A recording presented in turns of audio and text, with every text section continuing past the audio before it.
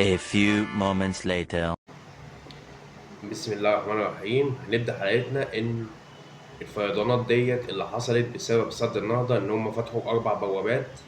الأربع بوابات دول هو في عندهم 21 بوابة. ال21 بوابة دول بتوع سد النهضة. سد النهضة ما استحملش الفيضان اللي جاله من دول مصب النيل. هم فتحوا 4 بوابات بس. ال4 بوابات دول عملوا إيه بقى يا معلم؟ غرقوا نص السودان أو معظم السودان، وكمان جولنا إحنا هنا. يعني لولا السد العالي ولولا التوسعات ان عبد الفتاح السيسي عملها، ولولا مصر عندها نظره مستقبليه، كان مصر غرقت. مصر طول ال5 سنين اللي فاتت كانت بتعمل توسعات في نهر النيل، وبتعمل توسعات في مضيق توشكا، وبتعمل نهر نيل صناعي. يعني لولا اللي حصل ده كله كانت مصر غرقت. وهم اصلا كانوا عاملين الكلام ده عشان يعطشوا مصر ويغرقوا مصر، عشان يخلوا مصر ملهيه بحوار السد دوت وحوار سد النهضه، عشان هم ايه؟ يحاربونا من ناحيه تانيه. فاهمين؟ يعني كل ده مخطط. بس الحمد لله احنا عندنا قائد عظيم اسمه عبد الفتاح السيسي، ان هو كان قاري المشهد من زمان، قاري المشهد من بدري. والسد النهضه ده هيقع في يوم من الايام بفعل ربنا. اصل ربنا قال لك ايه؟ النيل كله انا بقى ايه بمشيه لغايه مصر. انت بقى مش هتمنعني الكلام ده، مش هينفع. دي اسمها قدره الهيه. ما ينفعش تقف قدام قدره الهيه بتاعت ربنا. النيل مسيره الميه بتتحرك، هتعمل لي سد انت هيقع.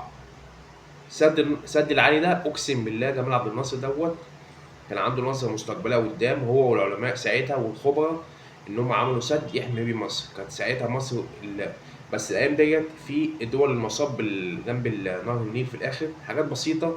كانت ايه؟ المنوفيه والبحيره في، يعني ايه، المايه زادت عندهم شويه. يعني هم المناطق العاليه، عشان المناطق دي هو الكلام دوت غصب عن مصر. غصب عن مصر يعني ايه غصب عن مصر؟ يعني يعني نهر النيل زاد عند دول يعني ايه في الاخر جنب المنوفيه والكلام دوت. بس مفيش خطر على مصر خالص، الحمد لله مفيش خطر على مصر خالص. هو بس عشان ايه؟ سد النهضه ايه؟ ال4 بوابات فتحوا، عشان لولا هم ما فتحوش ال4 بوابات كانت ايه؟ سد النهضه وقع. والحمد لله مصر عندها نظره مستقبليه قدام. الحمد لله ان احنا عندنا قائد عظيم، وان شاء الله مصر هتتحفظ باذن الله، باذن واحد احد، وباذن اي حد. الحمد لله الحمد لله. وربنا يحفظ مصر وشعبها ورئيسها. وان شاء الله جاي كله خير. بس خلي بالكم يا جدعان، خلي بالكم، عشان اثيوبيا دي هي يعني ايه فرع اللي انتوا عارفينه. ما تسموش. هما جنبينا بيضايقونا، هما لازم يضايقونا عشان ايه؟ احنا ايه نشاكلهم والكلام ده، ونوصل ايه نفتح على نفسنا كذا جبهه.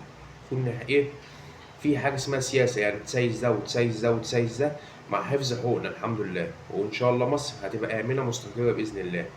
انتظروا كل جديد. والحلقه دي لو عجبتكم اعملوا لايك واشتراك. السلام عليكم.